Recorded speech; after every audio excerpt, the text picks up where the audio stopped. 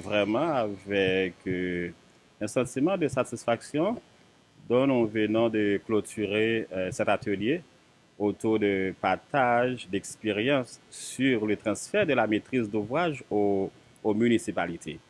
C'est une responsabilité qui a été confiée à la DINEPA via la loi cadre qui avait été créée en 2009, donc autour de ces réformes. Donc, pour rappel, le gouvernement haïtien en 2009 a initié, de concert avec nos partenaires techniques et financiers internationaux, une réforme autour de ce secteur de l'eau potable et de l'assainissement.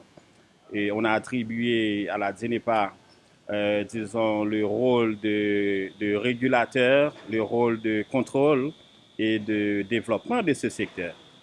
Donc, au terme de cette réforme, il a été clairement mentionné que les infrastructures, que ce soit hydrauliques, que ce soit sanitaires, devaient être transférées aux municipalités pour question de gestion. Et aujourd'hui, 15 ans après cette loi cadre, on a jugé bon de tout au moins procéder à un projet pilote de transfert de la maîtrise de ces ouvrages aux municipalités. Voilà pourquoi on a eu ce financement de la coopération suisse, un financement qui est géré par Helvetas et implémenté sur le terrain par certains partenaires financiers dont je cite EXA et GRID.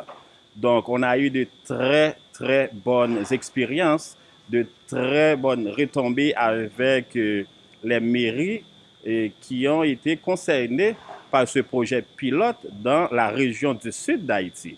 Donc, au terme de ce projet pilote, on a jugé bon de procéder à cet atelier avec tous les mairies du pays et où leurs représentants pour une sorte de partage d'expérience de comment ça a été, etc., etc. Ben voilà, c'était un vrai fructueux atelier. Donc, on a échangé, donc on a compris qu'il était vraiment important et essentiel de rapprocher ce secteur de l'eau potable et de l'assainissement, pour ne pas dire ce service public de l'eau potable et de l'assainissement, à la population en passant par les collectivités. Aujourd'hui, il est clair qu'on ne peut pas parler de déconcentration, on ne peut pas parler sans décentralisation du secteur de l'eau potable et de l'assainissement sans viser les collectivités et territoriales. Voilà pourquoi que, au démarrage, au lancement même de cet atelier, on a eu avec nous le ministre de l'Intérieur et des activités territoriales. On a eu aussi le ministre des Travaux publics. Donc, c'est juste pour montrer l'engagement de tout le monde, l'engagement de l'État aux côtés de la DINEPA au bénéfice de cette population. On est conscient qu'il y a beaucoup de choses qui ont été réalisées par les responsables antérieurs, mais aussi il faut dire qu'il reste beaucoup à faire, et surtout en termes de gouvernance. Et ce que nous venons de faire aujourd'hui en termes d'atelier prouve notre volonté de renforcer la gouvernance de ce secteur pour pouvoir amener ce service public de l'eau potable et de l'assainissement beaucoup plus proche de la population tout en améliorant sa qualité. On a déjà réalisé beaucoup de choses en termes d'opérationnalisation et aussi en termes de stratégie. Et si je cite certaines inaugurations de SAIEP, de mise en place structurelle pour tout au moins avoir une DINEPA correcte, une DINEPA assez outillée pour faire face à la situation à laquelle se trouve le pays. Vous savez que cette réalité n'était pas la même il y a 10 ans de cela, mais aujourd'hui, il nous faut de nouvelles approches, de nouvelles visions pour pouvoir répondre à notre exigence comme cela nous a été confié dans la loi cadre. C'est l'un des soucis majeurs que nous avons aujourd'hui, question d'insécurité. D'ailleurs, vous savez que la DINEPA, c'est l'une des institutions étatiques qui est présente presque partout.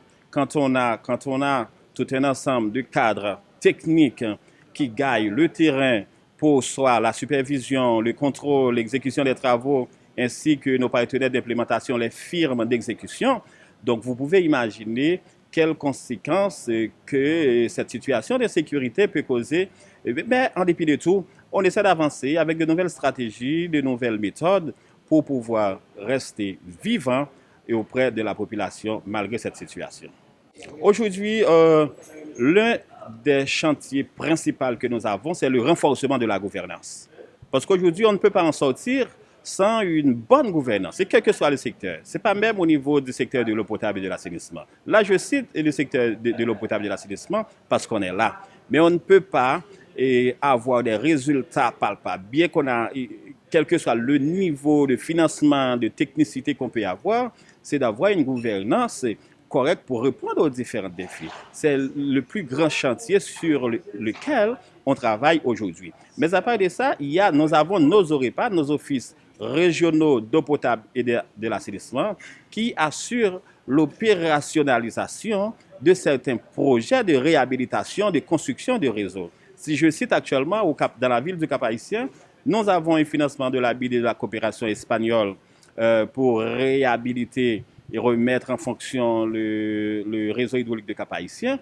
Et c'est la même situation pour Port-de-Paix. On a été dans la ville des Cayes tout récemment pour visiter et lancer un projet financé par la coopération espagnole et l'Union européenne pour la ville des Cayes. On a été aussi à Miragoâne dans l'année pour l'inauguration d'un nouveau réseau hydraulique et c'était le cas dans la localité de Lafont sur la commune de Jacmel. Tout ceci pour vous dire que la DINEPA reste aux côtés de la population. Nous ne chômons pas, nous avançons avec beaucoup de stratégies, beaucoup de technicité pour pouvoir répondre à notre responsabilité.